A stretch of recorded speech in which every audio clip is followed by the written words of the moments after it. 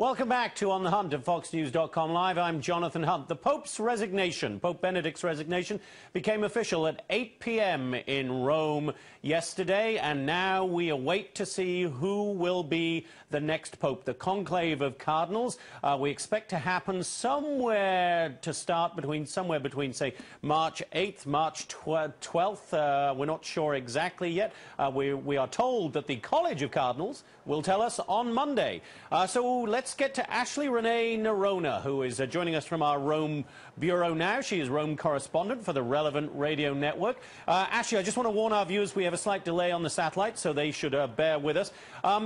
Tell me, first of all, when you think the conclave will happen and whom you believe are the front runners to be the next pope.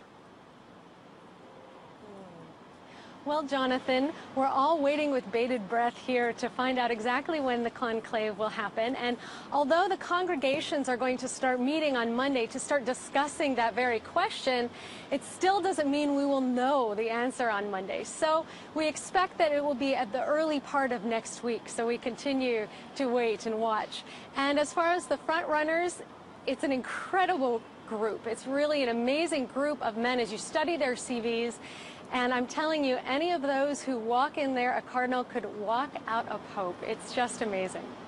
Interesting. Our own, stand by for a second, Ashley. Our own Amy Kellogg spoke to Cardinal Dolan from New York here, obviously, earlier today. Talked to him about how the cardinals all begin to talk to each other about whom they might choose. Here's Cardinal Dolan with Amy. I will say to some of the cardinals whom I feel very comfortable with, I'll say, what's your read on him, or have you ever gotten to know him, or what's your gut tell you about such and such a man? And we don't need to apologize for that. I think God's people would want us to do that. I think the Holy Spirit wants us to do that. I think the protocol of the church wants to do that. And that does go on. Again, no campaigning, no posturing, but kind of a very realistic way to try to get to know one another better. Ashley, I guess whomever becomes the next pope is going to face some pretty big issues.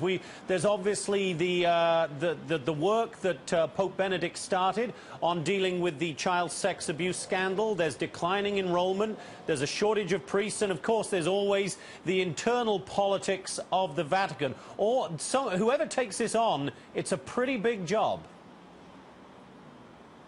It is a pretty big job, and in fact, with the sex abuse scandals, of course, Pope Benedict walked into a very difficult time in the church, and his reaction was one to do, in talking to people at the Congregation for the Doctrine of Faith who worked closely with him. Of course, he was there for 25 years before he was elected Pope.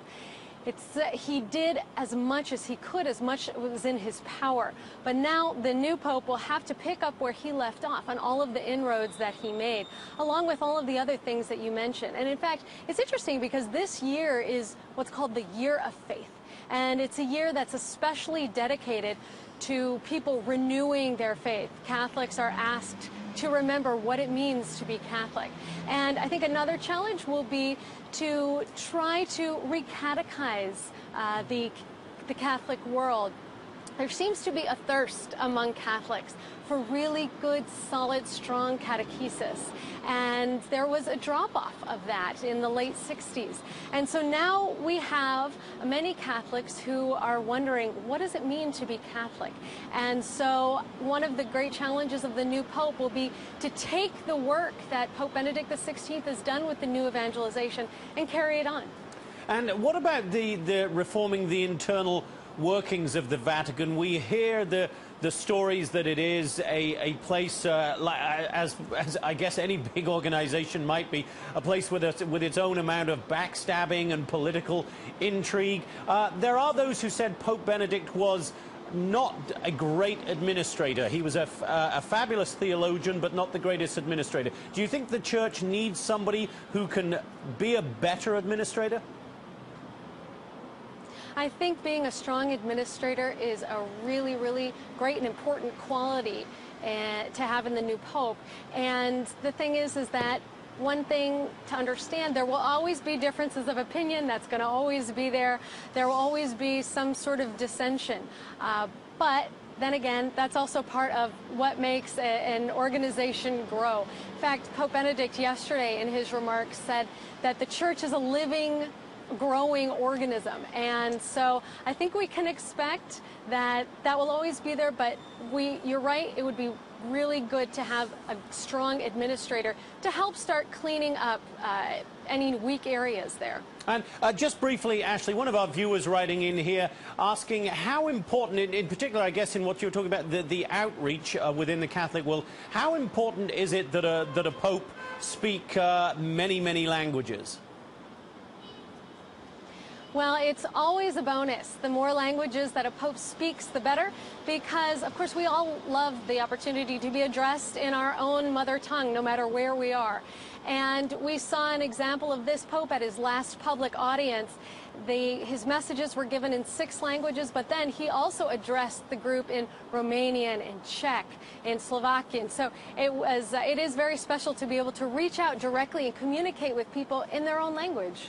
All right, Ashley Renee Noronha, Rome correspondent with the Relevant Radio Network. Have a fabulous evening, Friday evening, in what, as we all saw from those helicopter shots yesterday, really is one of the most beautiful cities in the world. Thanks very much for being with us, Ashley. Great to see you. Grazie, Jonathan. All right, grazie.